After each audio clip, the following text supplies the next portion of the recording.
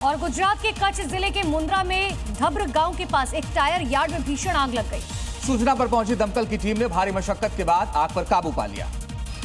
क्योंकि आग की भयावहता का अंदाजा दूर से उठते काले धुएं और आसमान छूती लपटों से लगाया जा सकता है।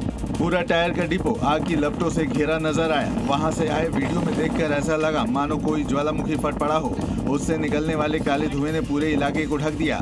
कुछ देर बाद हालात ऐसे हो गए कि वहां सूरज की रोशनी तक गुम हो गई और धुएं की वजह से घना अंधेरा छा गया।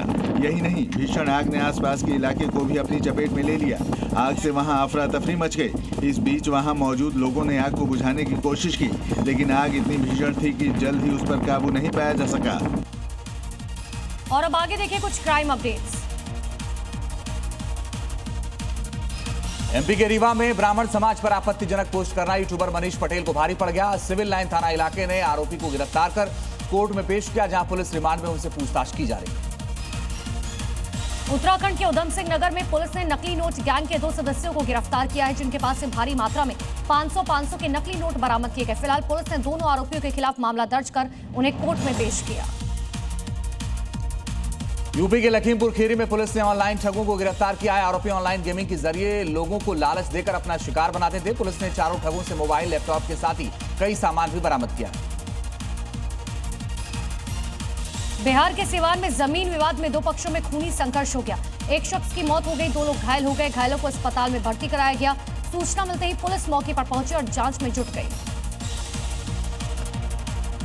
एमपी के मुरैना में चोरों के हौसले इतने बुलंद हैं कि उन्होंने थाने से एक फरियादी की बाइक चोरी कर ली। हैरानी की बात यह है कि जब बाइक चोरी हुई उसी समय सीसीटीवी बंद हो गया, जिसके बाद अब थाना परिसर की सुरक्षा पर बहुत बड़े सवाल खड़े हो गए।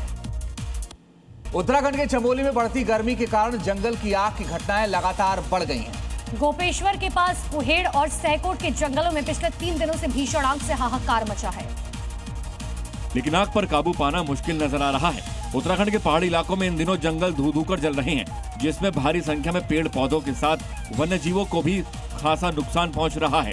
जंगलों की आग धधक रही है। आग अब जंगली जानवरों और पशु पक्षियों का काल बनती जा रही है।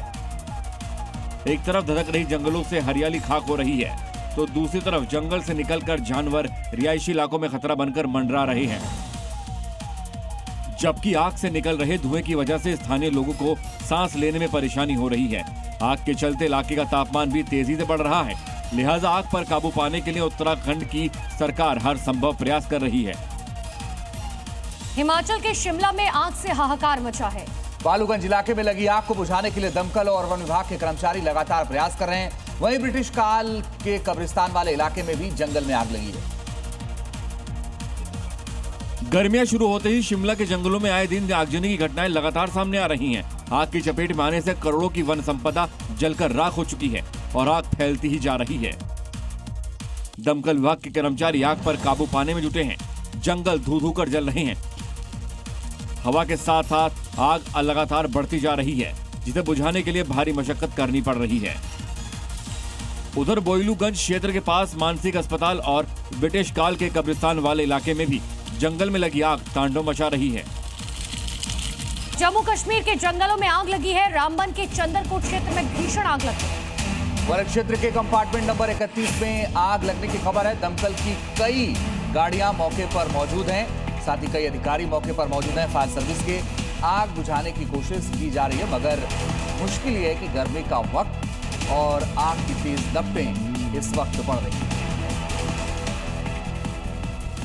गर्मी की वजह से हिमाचल प्रदेश के कसौली के जंगलों में अचानक से आग लग गई है, जिसके बाद पूरा का पूरा पहाड़ जलने लगा। देखते देखते आग कई हेक्टेयर जमीन पर फैल गई। 15 घंटे बाद सेना के जवान आग पर काबू पाने में कामयाब रहे और इसके लिए बम्बी बकेट का इस्तेमाल किया गया। हेलीकॉप्टर की मदद से चंडीगढ़ के सुखना झील से पानी लाकर प्रभावित इलाकों में डाला गया, ताकि आग पर पूरी तरीके से काबू पाया जा सके। दरअसल 26 मई को दोपहर में कसौली के जंगल में अचानक से आग लग गई, जिसके बाद आग पर काबू पाने की कोशिश हुई, लेकिन आग इतनी भयंकर थी कि स्थानीय प्रशासन ने तुरंत ही सेना के जवानों से मदद मांगी। उसके बाद आग पर काबू पाने के लिए सेना के जवान जुट गए। तकरीबन 1.5 दिन की कड़ी मशक्कत के बाद आग पर काबू पाया जा सका। साथ ही दुर्गम और घने जंगल वाले इलाकों में जवान लगातार फायर ब्रिगेड तैयार कर रहे थे। साथ ही संवेदनशील इलाकों को अलग थलग करने में जुटे हैं, ताकि आग दोबारा न फैल सके।